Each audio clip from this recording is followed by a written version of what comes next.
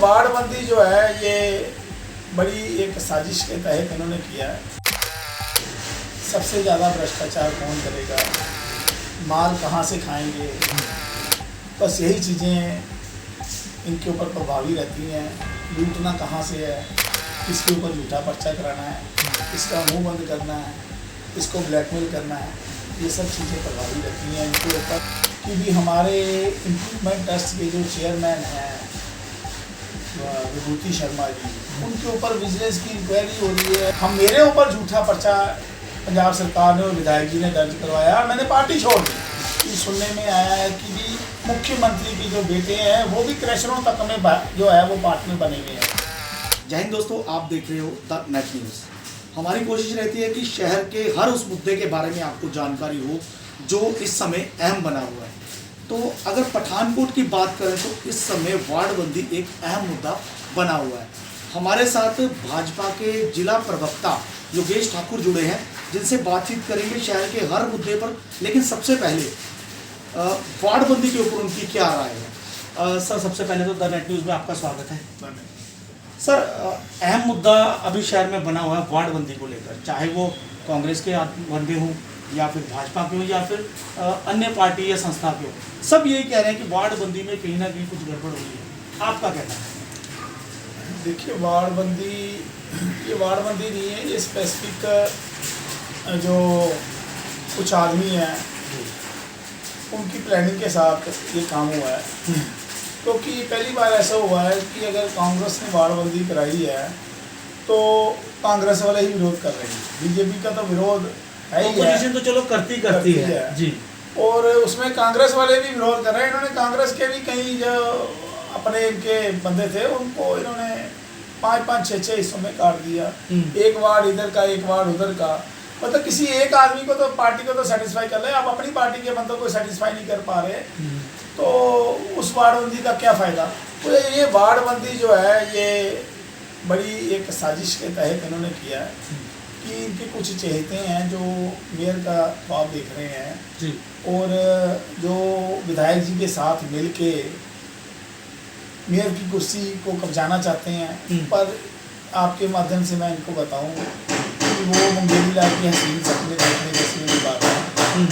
क्योंकि लोग जो है पठानकोट की जनता वो जागृत हो गई है और उन्होंने तकरीबन 4 साल से जो गुंडागर्दी का आलम, जो लूट और सूट पठानकोट में हो रही थी, वो अच्छे से उन्होंने देख लिया, समझ लिया। ठीक है, और अब जो है ये चाहे वार्डबंदी कराएं चाहे जो मर्जी करवाएं, उन बहुमत के साथ जो है वो भारतीय जनता पार्टी के जो हमारे कॉर्पोरेटर भाई हैं, बहनें हैं, वो आएंगे और मेयर भी जो है वो भारतीय जनता पार्टी का बनेगा।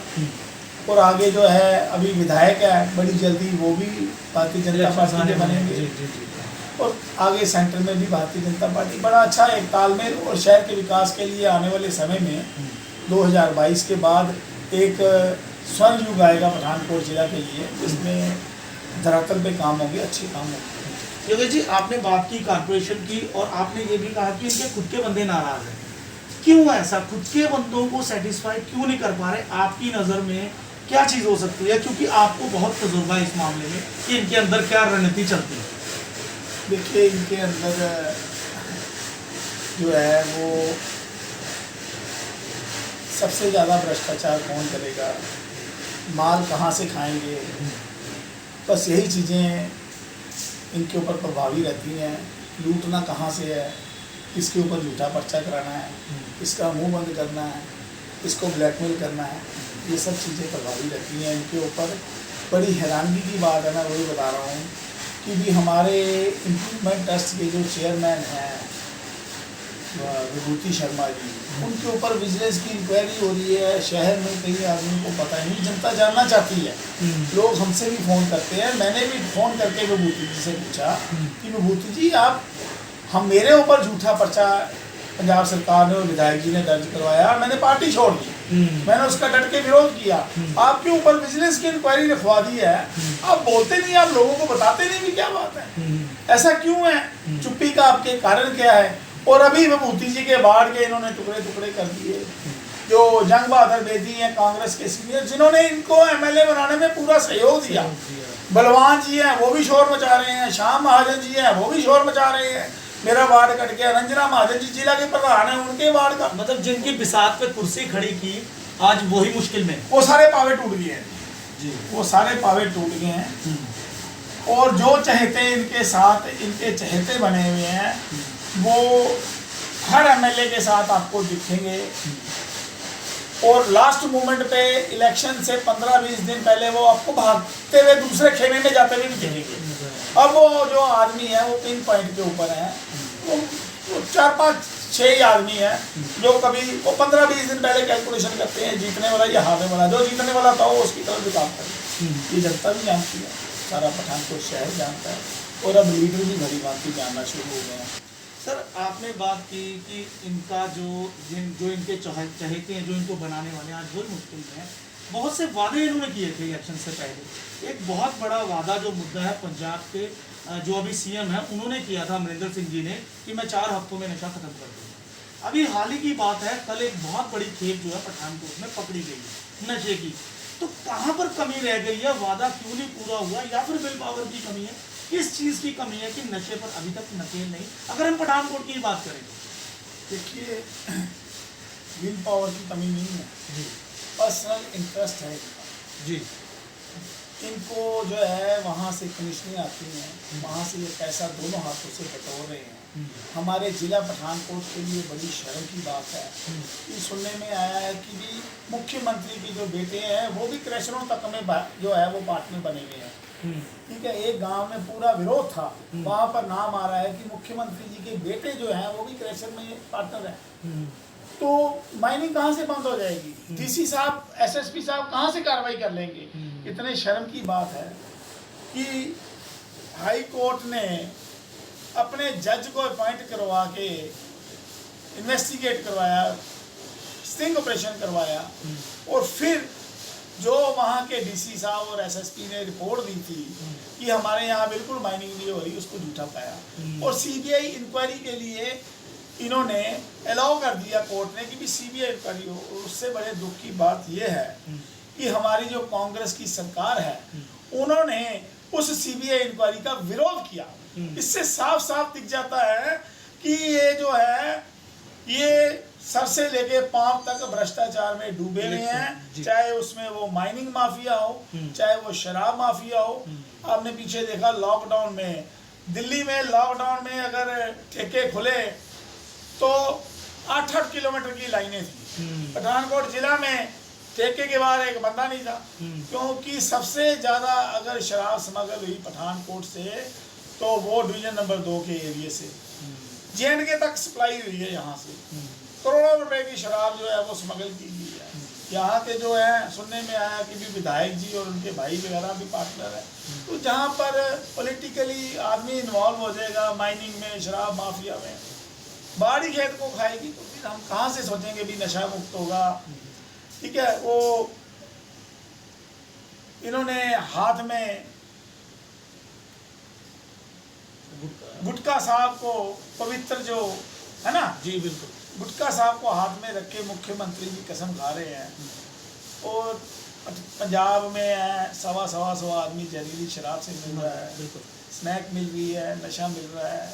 तो लोगों का तो विश्वास ही भंग हो गया कि भी बरगाड़ी कांड में अभी तक कोई आदमी नहीं पकड़ा। ठीक है, कुछ अफसर किए, जब वो प्रोग्रेस होने लगी तो उसको रोक दिया। तो लोगों का विश्वास खत्म हो गया है कि अगर सिखिज्म और एक हमारा जो सिख चीफ मिनिस्टर गुटका साहब को हाथ में रख के अगर कसम खाता है, उस कसम को पूरा नहीं करता तो बात ही खत्म होगी। उसके बाद तो वो तो जो आदमी की क्रेडिबिलिटी है वही खत्म होगी। इस टाइम हमारे जो मुख्यमंत्री है उनकी पंजाब से क्रेडिबिलिटी खत्म होगी। योगेश जी, एक मुद्दा अभी बहुत गर्म है किसानों को लेकर, जिसमें अभी आपकी जो अलायंस पार्टी थी हरसिमरत बादल जी ने इस्तीफा भी दे दिया है। अब चाहे उसे राजनीति कहा जाए या कुछ भी कहा जाए, लेकिन उन्होंने इस्तीफा दिया है। और किसान जो हैं वो एक साइड पे खड़े हैं और कहीं ना कहीं श्रोमणी अकाली दल ने कह दिया कि हम उनके साथ खड़े हैं। आपकी नज़र में वो बिल क्या है और किस तरह से फ़ायदा देगा, या फिर किसान किस तरह से मान रहे हैं, किसानों को क्यों लग रहा है कि वो नुकसान देगा? देखिए, किसान जो भाई हैं उनको मैं आपके माध्यम से इस पर संदेश देना चाहता हूँ, मैं भी किसान हूँ, जी कि ये जो बिल है इसको जो है बिल वो प्रेजेंट नहीं कर रही गवर्नमेंट, हमारी स्टेट गवर्नमेंट। ठीक है, ये ऑर्डिनेंस पास तथ्य छुपाए जा रहे हैं। तथ्य जो है वो छुपाए जा रहे हैं। भोले भाले होते हैं किसान बेचारे, मजदूरी करते हैं, सुबह से लेकर शाम तक खेतों में लगे रहते हैं, बिल्कुल ठीक है।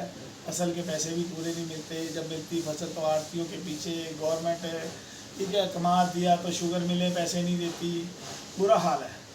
तो अगर बाग फसलें लगी हैं, बाग है तो उसका व्यापारी नहीं है, कोविड में बहुत नुकसान हुआ।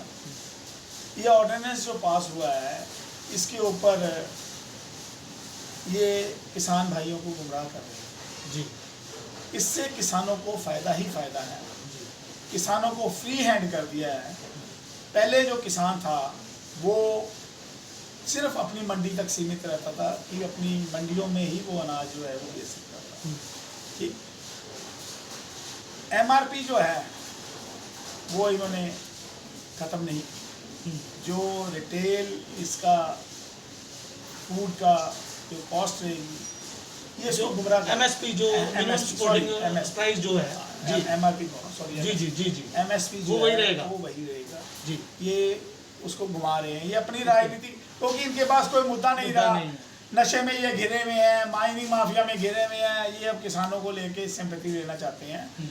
किसानों को बहुत बड़ी एक ताकत दे दी है इन्होंने कि आप मंडियों तक सीमित नहीं रहेंगे। ये एमएसपी को लेके गुमराह कर रहे हैं। एमएसपी जो है वो वैजिटीज है, एमएसपी कोई नहीं तोड़ रहा इसके ऊपर, मतलब वो रहेगी बिल्कुल 200%। बड़ी बात आप कह रहे हैं, क्योंकि किसानों को ये बहुत बड़ा हौसला होगा कि एमएसपी जो है ऑर्डिनेंस के ऊपर क्लियर कट ऑर्डिनेंस का आपको बता देंगे, प्रिंट दे देंगे आपको। जी जी जी, एमएसपी कोई नहीं तोड़ने जा रहा है, एमएसपी रहेगी। उसके साथ फ्री हैंड कर दिया है कि अगर आपको कीमत यहाँ कम मिलती है आप बाहर बेच लें, तो आप विदेश में बेच लें, कलकत्ता में बेच लें, विदेश में बेच लें। पहले आप जो है वो सिर्फ अपनी मंडी तक रहते थे, आड़ती तक अपने आड़ती तक रहते थे जी।